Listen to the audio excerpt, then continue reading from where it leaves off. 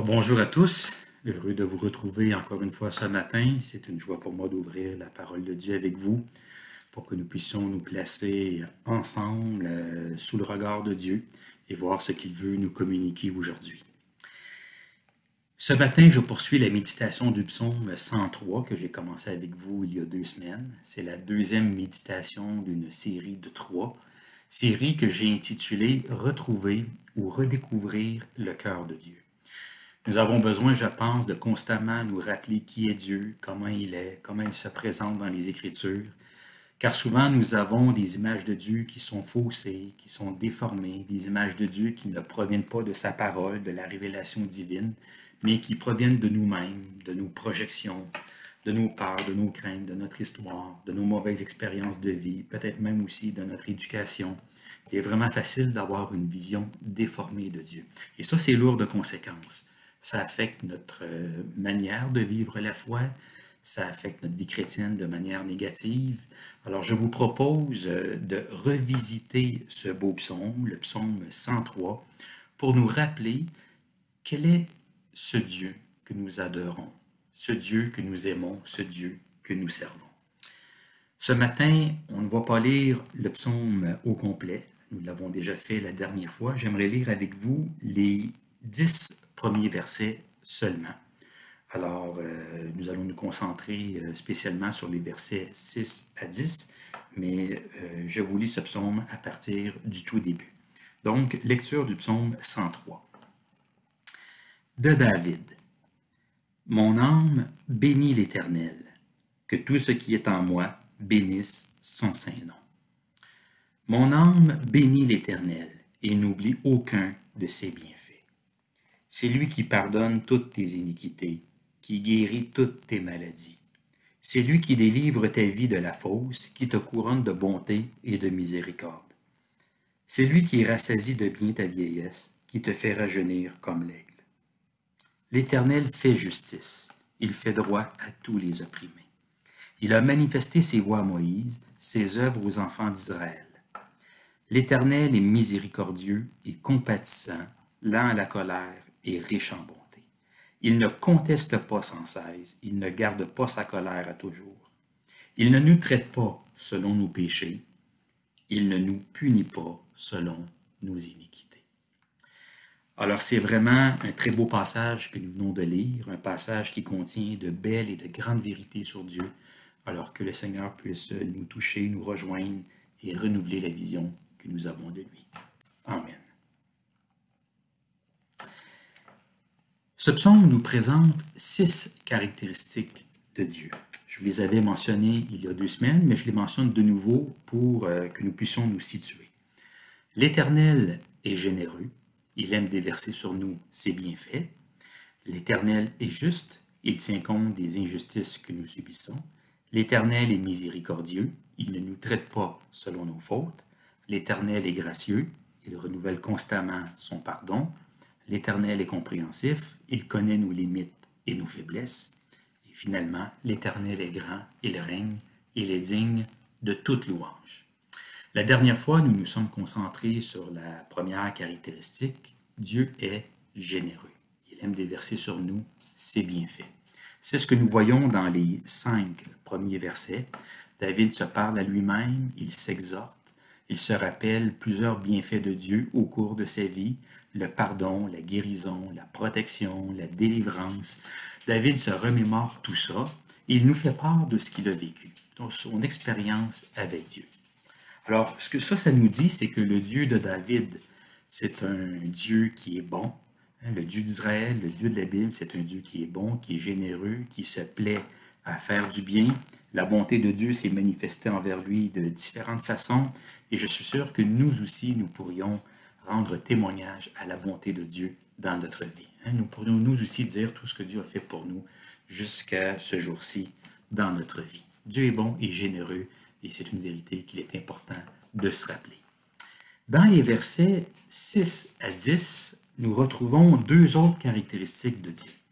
Après celle de la générosité, il est question de sa justice. Je lis le verset 6. L'Éternel fait justice, il fait droit à tous les opprimés. L'Éternel fait justice, il fait droit à tous les opprimés. C'est une parole d'actualité parce que vous savez que ces jours-ci, nous entendons beaucoup parler de discrimination, de racisme, d'injustice. Alors, nous avons besoin de nous rappeler cette qualité de Dieu, que Dieu fait justice. Il entend, il voit, il entend le cri de ceux qui subissent des torts et des injustices dans ce monde. Les opprimés, ce sont ceux qui sont démunis, sans moyens, qui ne peuvent pas se défendre eux-mêmes, qui sont sans voix, qui sont exploités, qui subissent des injustices, des injustices de tout genre sur le plan social, économique, judiciaire, politique, parce que l'injustice prend de multiples formes, des expressions variées. Il y a des paroles injustes, des décisions injustes, des lois injustes, des structures injustes. L'injustice prend plusieurs visages. Dans l'Ancien Testament, ce mot, les opprimés, ça désigne spécialement les veuves, les orphelins, les étrangers, les pauvres, des gens fragiles sur le plan socio-économique, des gens dont il est facile de profiter d'eux justement à cause de leur vulnérabilité. Dans toute société, il y a des gens ou des groupes de personnes qui sont plus fragiles et vulnérables sur le plan social ou économique. Mais la Bible nous dit que Dieu se préoccupe de ces gens-là. Il se soucie d'eux. Il est même de leur côté. Ce souci de Dieu pour la justice et pour les opprimés se voit en particulier dans l'histoire d'Israël, lors de l'Exode, lors de la délivrance du pays d'Égypte. David écrit au verset 7, « Il a manifesté ses voies à Moïse, ses œuvres aux enfants d'Israël. » On se demande ce que cette parole fait ici. Elle semble déconnectée de ce que David vient de dire auparavant, mais ce n'est pas le cas. Il y a un lien entre le verset 6 et le verset 7. L'Éternel fait justice, il fait droit à tous les opprimés, et il a manifesté ses voies à Moïse, ses œuvres aux enfants d'Israël. C'est que Dieu est venu au secours des Hébreux qui étaient opprimés. Il en a fait son peuple, le peuple de l'Alliance. Lorsque Dieu s'est révélé à Moïse, il lui a dit ceci. Je lis Exode, chapitre 3, à partir du verset 7. J'ai vu la souffrance de mon peuple qui est en Égypte, et j'ai entendu les cris que lui font pousser ses oppresseurs, car je connais ses douleurs. Je suis descendu pour le délivrer de la main des Égyptiens et pour le faire monter de ce pays dans un bon et vaste pays, dans un pays où coule le lait et le miel. Voici les cris d'Israël sont venus jusqu'à moi, et j'ai vu l'oppression que leur font souffrir les Égyptiens. Maintenant va, je t'enverrai auprès de Pharaon, et tu feras sortir d'Égypte mon peuple, les enfants d'Israël. Alors dans ce récit, on voit toute la sollicitude de Dieu pour les Hébreux qui étaient opprimés par les Égyptiens. Alors l'expérience d'Israël, c'est un exemple frappant de l'amour de Dieu pour l'opprimé. Cette sollicitude de Dieu pour Israël s'est manifestée tout au long de son histoire parce qu'Israël a souvent été opprimé par différents peuples et Dieu est souvent venu à son secours.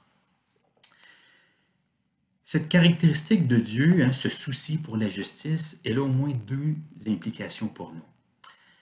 C'est d'abord un encouragement à ne pas désespérer d'obtenir justice. J'aime cette parole de Martin Luther King, ce militant des droits civiques aux États-Unis. Il a dit ceci, « Le bras de l'univers est long et il penche vers la justice. » Je répète, « Le bras de l'univers est long et il penche vers la justice. » C'est important de se rappeler que lorsque nous voulons obtenir justice, souvent, il faut regarder à long terme et non pas à court terme ou à moyen terme. Parfois, ça peut prendre du temps avant d'obtenir justice. Mais ce qui est encourageant, comme Martin Luther King nous le dit, c'est que même si le bras de l'univers est long, il penche vers la justice. Je sais que ce n'est pas toujours facile de croire dans la justice de Dieu. Il y a des jours, il y a des moments où notre foi dans la justice de Dieu elle est mise à rude épreuve. Mais je vous cite un autre prédicateur qui a dit ceci. C'est Ray Pritchard, un prédicateur américain. Il a dit « Si l'histoire humaine est un livre, nous ne sommes pas encore rendus au chapitre final. C'est que la Bible nous fait connaître quel sera ce chapitre final, la fin de toute chose. Et elle nous donne cette espérance que la justice va triompher, hein, que Dieu va faire justice, que Dieu aura le dernier mot. Un jour, tout sera mis en lumière, les situations injustes seront redressées, les personnes lésées seront justifiées et tout sera restauré. D'ailleurs, Jésus a dit, heureux les affamés et les assoiffés de justice, car ils seront rassasiés, c'est-à-dire qu'ils seront comblés. Bien sûr, nous pouvons espérer obtenir justice ici-bas. Dieu utilise souvent des hommes et des femmes, le système de la justice, pour justement faire justice, mais parfois ce n'est pas le cas. Alors, nous gardons à l'esprit cette grande vérité qu'un jour, Dieu fera dans le royaume de Dieu, justice, il y aura. Cette caractéristique de Dieu, ce penchant qu'il a pour la justice, c'est aussi un appel pour nous à devenir des instruments de paix et de justice dans le monde, à refléter le cœur de Dieu dans nos rapports sociaux. Les Écritures nous invitent à être sensibles à la souffrance humaine et à l'injustice et à faire preuve d'impartialité dans nos rapports humains.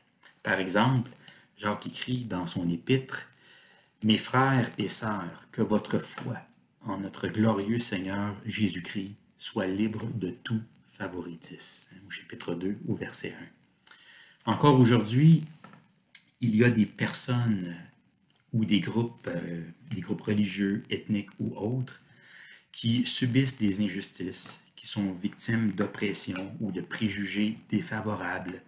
Malheureusement, la discrimination, le favoritisme, les inégalités sociales, le racisme, on en parle beaucoup ces temps-ci, ça existe bel et bien encore dans nos sociétés, pourtant dites évoluées. Pour bien des gens, ce monde dans lequel nous vivons n'est pas un lieu sécuritaire, un lieu juste, équitable et paisible. Alors, dans ce contexte, et en tout temps d'ailleurs, hein, on est appelé à refléter une autre manière d'être, à refléter le cœur de Dieu. Vous connaissez cette parole qu'on retrouve dans le prophète Michée, chapitre 6, le verset 8. « On te fait connaître, ô homme, ce qui est bien et ce que l'Éternel demande de toi, c'est que tu pratiques la justice, que tu aimes la miséricorde, on va en parler juste après, que tu aimes la miséricorde et que tu marches humblement avec ton Dieu. » Justice, miséricorde, humilité. Alors, on est encouragé par les Écritures à prier, à agir de manière telle que nous puissions contribuer à un monde meilleur, plus juste et harmonieux. Et ça, c'est refléter le cœur de Dieu, son amour pour le monde. Donc, Dieu est juste. Il voit ce que nous subissons, les injustices commises, et il n'y est pas indifférent. La troisième caractéristique de Dieu que nous retrouvons dans ce psaume, c'est la miséricorde. Écoutez bien cette belle présentation de Dieu qui nous est faite ici par David dans les versets 8 à 10. « L'Éternel est miséricordieux et compatissant, lent à la colère et riche en bonté. Il ne conteste pas sans cesse, il ne garde pas sa colère à toujours. » Je ne sais pas comment vous réagissez lorsque vous entendez ces paroles, mais c'est vraiment une description remarquable de la personne de Dieu. C'est une quasi-définition de Dieu. Savez-vous d'où elle provient? Elle ne provient pas de David. Cette description de Dieu ne vient pas de lui, elle existait bel et bien avant lui. David l'a entendu à plusieurs reprises, probablement au cours de sa vie. C'est une description de Dieu qui provient de Dieu lui-même dans la révélation qu'il a donnée à Moïse au mont Sinaï. C'est tiré du livre de l'Exode. Je vous rappelle le contexte. Moïse avait demandé à Dieu de voir sa face, de voir sa gloire. Et Dieu lui avait dit que ce n'était pas possible, car Dieu est saint. Il lui a dit, c'est dans Exode chapitre 33, le verset 20, « Tu ne pourras pas voir ma face, car l'homme ne peut me voir et vivre. » Donc c'est trop risqué pour l'homme. Mais Dieu va quand même se révéler. Il ne va pas se révéler complètement, mais il va quand même se révéler. Dieu va lui proposer quelque chose. Il lui a dit qu'il pourra voir Dieu, pas de face, mais de dos.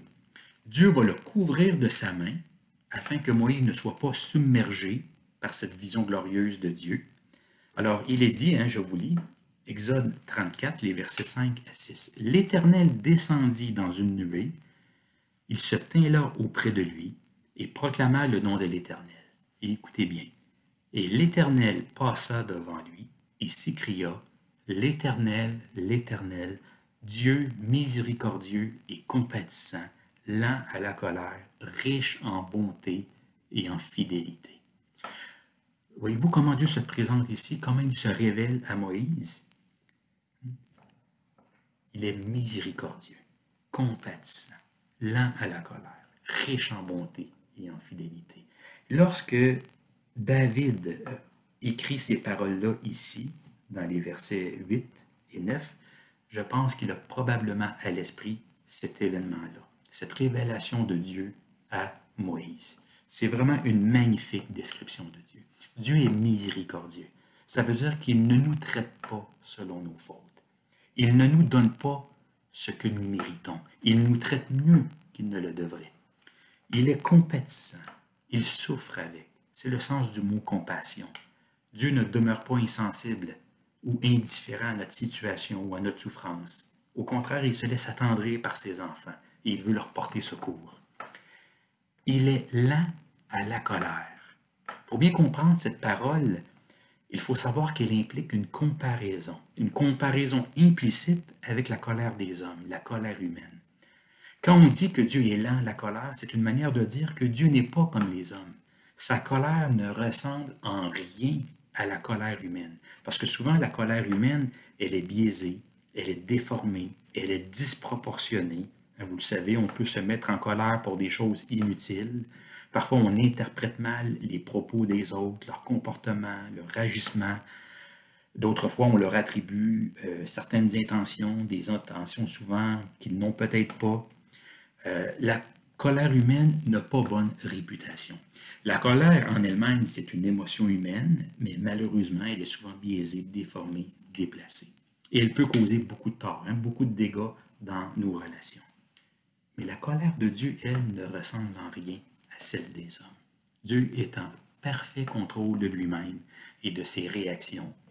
Dieu ne se caractérise pas par l'impulsivité.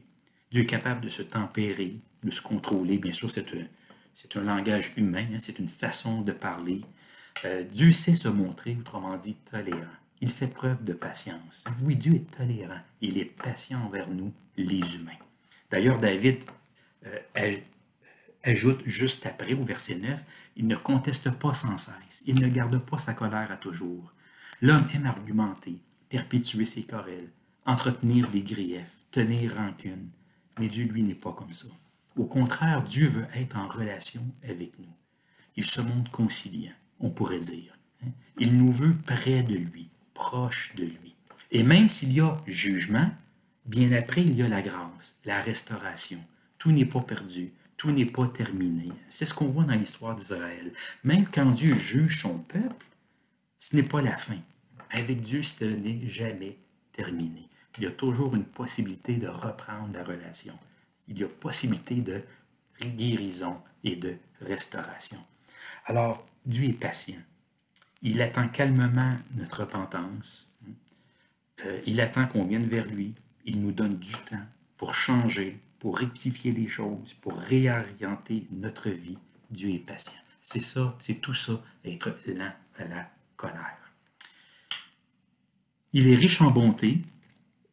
On revient ici à la générosité de Dieu, déjà évoquée un peu plus haut dans ce psaume. Mais Dieu se plaît à faire du bien, à combler ses enfants de bienfaits. Il aime bénir, rassasier ses enfants de bonnes choses. Et il est riche en fidélité. Ça veut dire que Dieu demeure loyal. Il est loyal à l'alliance qu'il a faite avec son peuple. Il sait garder ses promesses. Dieu ne brise pas sa relation avec son peuple. Nous pouvons nous éloigner de lui, nous pouvons couper les ponts avec lui, mais Dieu, lui, ne le fait pas. Il veut être fidèle à son alliance. Donc Dieu est miséricordieux, il est compatissant, il est lent à la colère, il est riche en bonté et en fidélité. C'est vraiment une description de Dieu qui est tout à fait belle, tout à fait remarquable. Et c'est important de garder à l'esprit que cette description de Dieu, elle revient à plusieurs reprises dans l'Ancien Testament. Ce n'est pas une description isolée, mais récurrente. Elle revient ici et là, sous la plume des auteurs bibliques. Je dirais que c'est comme un refrain. Vous savez, un refrain dans une chanson. Dans une chanson, on a plusieurs couplets et on a un refrain. On chante un couplet, on revient au refrain. On chante un autre couplet, on revient encore au refrain, et ainsi de suite. Bien, dans les Écritures, dans l'Ancien Testament, bon, il y a plusieurs histoires, il y a plusieurs récits, mais régulièrement, on rappelle cette vérité, que Dieu est miséricordieux et compatissant, lent à la colère et riche en bonté. C'était une expression classique de la foi du peuple d'Israël. C'est une description de Dieu qu'on revoit tout au long de son histoire, dans toutes les strates de son histoire, une description de Dieu qu'on voit avant la période monarchique, pendant la monarchie et même après la période monarchique. C'est une description de Dieu qui accompagne, qui animait la foi du peuple de Dieu dans son histoire. Et ça, je pense que c'est quelque chose d'important à se rappeler. Souvent, quand on lit l'Ancien Testament, on n'a pas toujours une image positive de Dieu. On pense que le Dieu d'amour, le Dieu de grâce, le Dieu de compassion, on a souvent tendance à dire que ça, c'est l'image de Dieu qu'on retrouve dans le Nouveau Testament, mais pas vraiment dans l'Ancien. Mais pourtant, le Dieu de l'Ancien Testament, il faut se rappeler que c'était le Dieu de Jésus. Et Jésus, lui, agissait avec bonté, grâce, compassion et miséricorde. Pourquoi? Parce que Jésus avait réellement saisi le cœur de Dieu. Jésus savait comment était Dieu. Et la Bible de Jésus, c'était l'Ancien Testament. Ce Dieu-là, cette vision de Dieu que Jésus avait, c'est une vision qu'il avait puisée dans les Écritures, dans son expérience personnelle, bien sûr, c'était le Fils de Dieu, mais aussi dans sa lecture des textes de l'Ancien Testament. Jésus avait bien compris le caractère de Dieu, le cœur de Dieu, et il l'a actualisé dans sa vie. Alors si Jésus agit avec bonté, amour, compassion et miséricorde dans sa vie, dans sa relation avec les gens qu'il rencontrait, c'est parce qu'il savait que c'était ainsi que Dieu était avec les gens, avec son peuple et même avec l'humanité. Alors, oui, quand on lit l'Ancien Testament, plusieurs récits, plusieurs histoires, voyons ça comme des couplets, mais rappelons-nous la vérité qui est souvent rappelée. Dieu est miséricordieux, compatissant, lent à la colère et riche en bonté. Riche en bonté et en fidélité. Dieu avait cette réputation-là en Israël d'être miséricordieux et compatissant. Donc, rappelons-nous ces deux caractéristiques de Dieu. En fait, ces trois caractéristiques, si nous incluons la première que nous avons déjà vue. Dieu est généreux, il aime déverser sur nous ses bienfaits. Dieu est juste, il voit ce qui se passe dans le monde et dans nos vies. Il n'est pas insensible aux injustices subies. Et Dieu est miséricordieux. Il est patient. Il ne nous traite pas selon nos fautes.